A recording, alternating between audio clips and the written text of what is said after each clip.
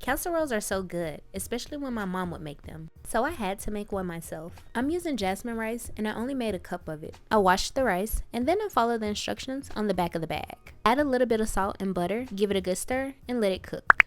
I'm using 3 chicken breasts and I sliced them in half. I season with the spices on the screen and then I add a little bit of olive oil and give it a good mix. Make sure the spices are on the front and the back of the chicken. It should look something like this. Add a little bit of butter and olive oil and cook the chicken on medium-high heat. Once done, I chop the chicken and grated the cheese. Next, you're going to add a little bit of minced garlic to start making the cheese sauce. I'm using medium heat. I used a whisk to make sure that cream of chicken was well combined. Anytime I add something into the sauce, I make sure to give it a good mix. Mix it until everything is well combined, and then I added a little bit of sour cream. Then you're going to season it, and I used the spices from earlier. You want to cook it until it gets a nice thick consistency, and make sure to taste test as well. It should look something like this. Now you can grab a mixing bowl and combine everything together. Be sure to steam your broccoli too. Once everything is combined, give it a good mix and taste test again. Feel free to add salt and pepper to taste. I'm using an oven-safe baking dish, and make sure you're laying it smoothly.